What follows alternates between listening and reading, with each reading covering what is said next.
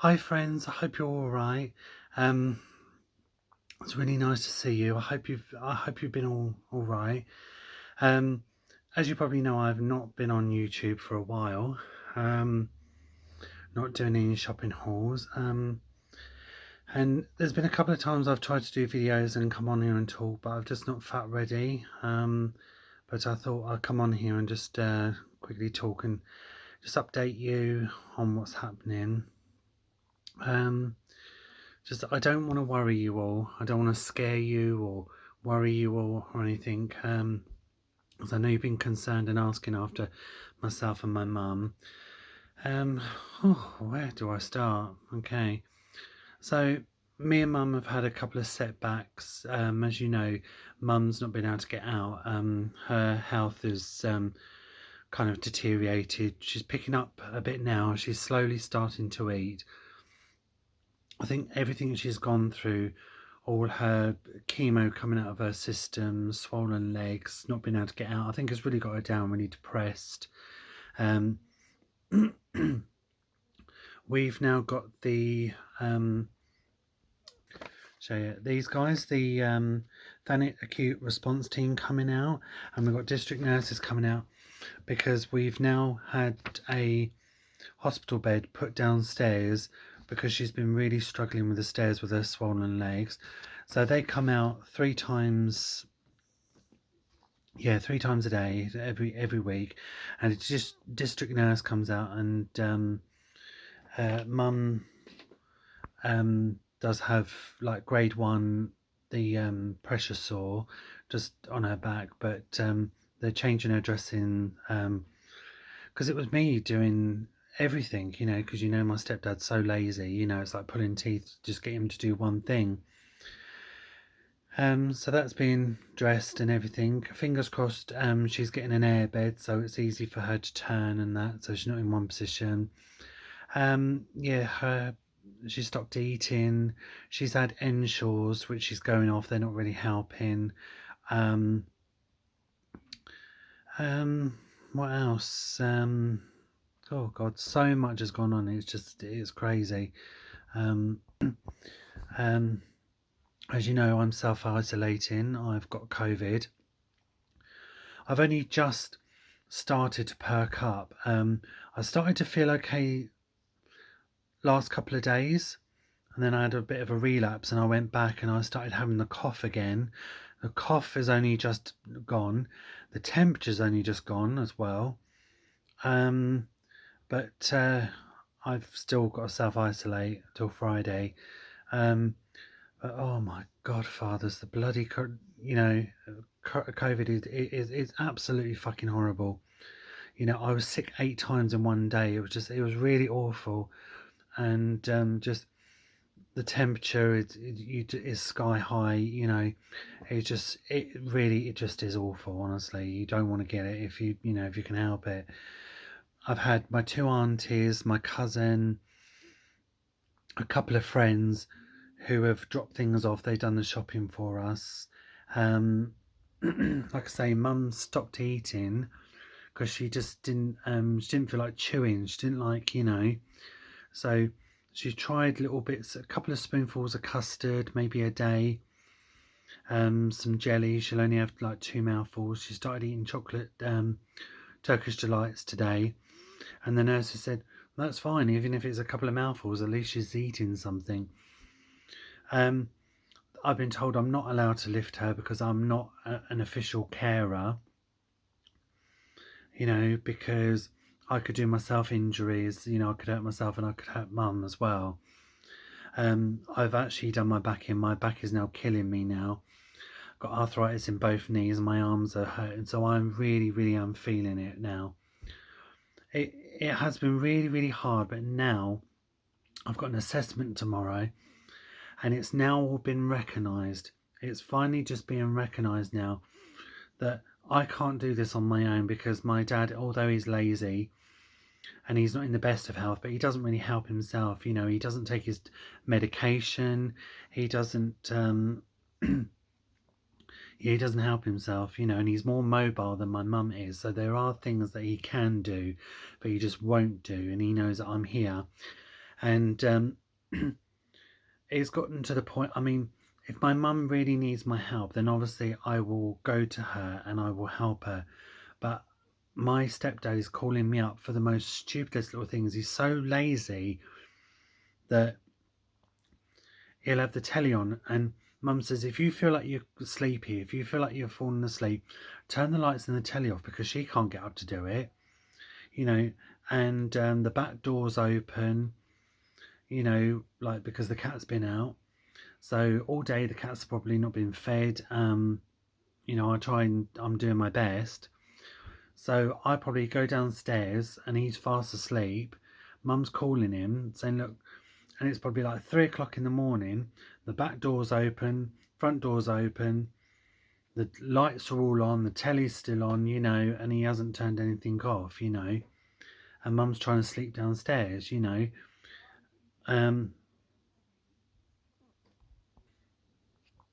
You know, it's gotten to the point where when we have our shopping delivered, I could be in the middle of something, you know, because I mean, last week, I mean, a shopping like delivery came out, but I mean, it was my cousin. My cousin dropped off my shopping. The two district nurses came. I was having to help mum get dressed while I was on the phone to my doctor as well. It all kind of happened all at once, and it was literally all happened in that moment. I'm not even joking. And and when shopping gets delivered, my stepdad's just dumping it on the side and leaving it, and it's like, come on, at least you can unpack a couple of bags, you know, and put them away, put the milk away. Don't leave it sitting there, you know. It's just, I mean, all the family is nagging him, saying, look, you know, you've got to do this, you've got to try and help Martin. But it just falls on deaf ears, because I've got to try and think of my own health as well, you know, because I've had blackouts, I've passed out twice, I've got corona. Although I feel better now. I mean, I wasn't the last couple of days. I was bloody awful. Um, so yeah, I've got to rest.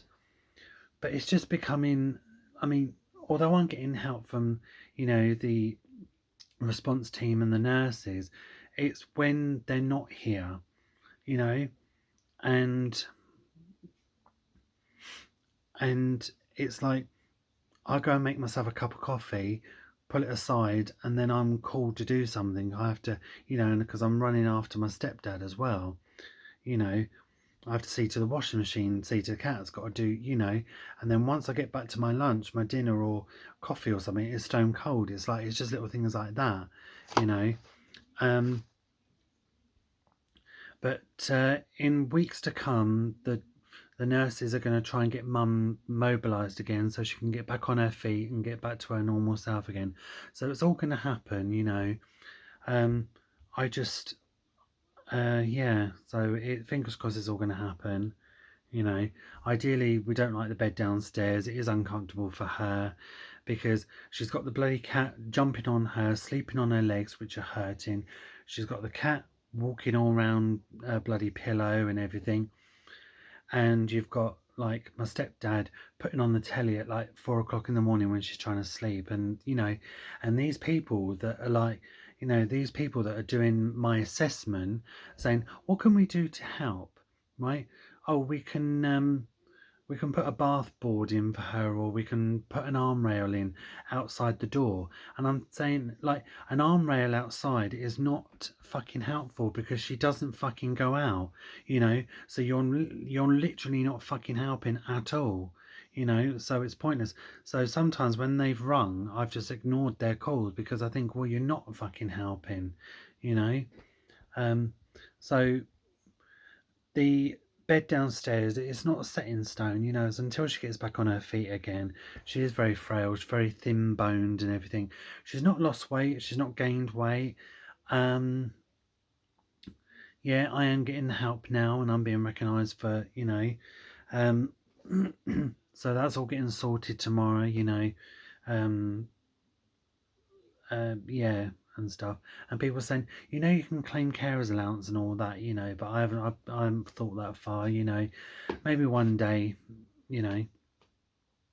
So I've got to get on to the doctors tomorrow to see if mum can get some protein shakes, because you know, and stuff. Yeah. And because I was kind of losing myself a little bit, you know, I kind of I wasn't eating properly. I've started to try and eat fruit, you know, because my only fruit my favourite is mango. So and I'm eating jellies and stuff, and I'm eating sandwiches and that. Not really big meals. I don't fancy them, you know. Taking regular showers, but I was just sort of neglecting myself, you know, because I had so much going on, and I stopped watching YouTube. I wasn't even doing YouTube videos. So I've got to try and catch up on YouTube videos. Only last night I watched one of my friend Becky's from Becky's Cry from Goodies. I watched her video. Um, I've started listening to music again. Um, so I'm gradually getting back to, like, you know, doing things for myself. You know, and thinking of my own health and doing things for myself, and yeah, that kind of thing. And last but not least, I was a bit silly. I don't want to worry anybody or upset anybody, but I just hit a brick wall. I could not take any more. I just literally took as much as I could because I'm running after my stepdad, looking after my mum, going to work.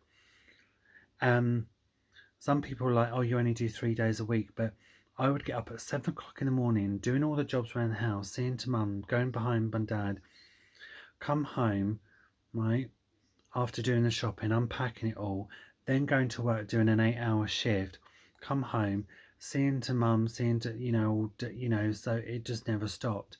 Um, and then I try and get a good night's sleep, but I'm then being woken up by my stepdad because he's as much fucking use as a chocolate teapot, because it's becoming like I've tried to put everything now in arm's reach for both of them.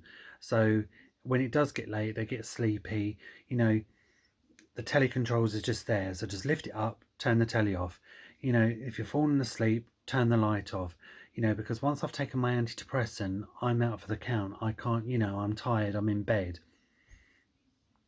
Once I'm in bed, I don't want to keep, like, you know, this sounds really horrible. I don't mind helping mum, right? But it's just little jobs. It's just little things, you know, like mum needs turning, you know, she wants to turn on her side. So she asks Arthur, my stepdad, you know, can you just turn me over? And he's like, oh, I can't do it, I can't do it. And he's like shouting up the stairs at 3 o'clock in the morning, Martin, your mum needs you, come on, quick, you know, Martin. So then I'm shitting myself and panicking, thinking it's something really serious. And it's something really pointless, like the other day, the cat was sat on her bed, like on a, you know, and she was like, Arthur, can you get the cat off because I can't stretch my legs and it's hurting my legs. So he's calling me up at 3 o'clock in the morning. I'm panicking because I think it's something serious, like she's had a fall or she can't get to the bathroom or something. And he's like, oh, can you pick the cat up and put him on the floor? And I'm like, seriously, can't you do it, you know? And I just lost my rag, and I said, look, don't keep calling me for pointless, stupid little bloody things, you know, because it's breaking my sleep at night, because there's no way I can sleep in the morning because I've got to be up here. I've got to be up to see to the district nurses to let them in, you know, because I'm mum's carer. I've got to see, you know, I've got to be around. I've got to take important phone calls. I've got to do things around the house. So it's like, just let me have a fucking sleep at fucking night, you know? You know, just let me have a fucking sleep. I mean, one of the nurses suggested respite for my mum, and mum was all for it. And she said, and even rehab, you know, because they do more in rehab, because they get you mobilised, get you walking around. They'll sit with you, you know, feed you, blah, blah, blah, you know, get back to your normal self. You'll be in there for about like 3 weeks, maybe a week, 2, 3, whatever, right? She was all for it, right? But then my dickhead of a stepdad persuaded her thinking, and then another bloody nurse came in, said, oh no, you're too frail, no, that's no good for you, no, that's no good for you. So it's kind of persuaded mum's thinking, because at first mum was like, yeah, give Martin a break, But now she's not, she don't want to go in there. So I'm doing 101 different fucking jobs, although I don't mind doing, like, looking after mum. Oh yeah, anyway, getting back to me, sorry. So yeah, I did something really, really stupid.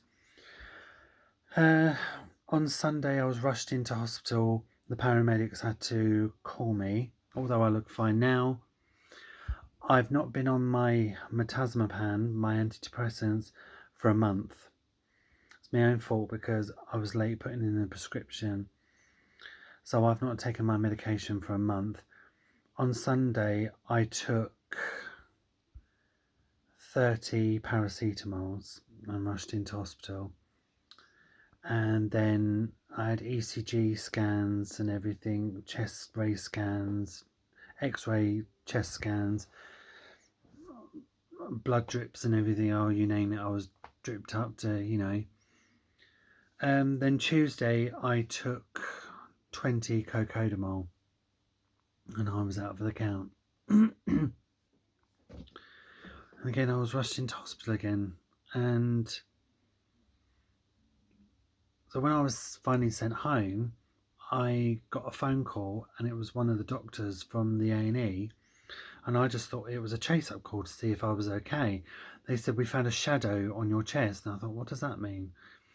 And they said, it could be a mass. I went over to the hospital again. And so I got there for like 5 o'clock and I didn't end up leaving for about 2.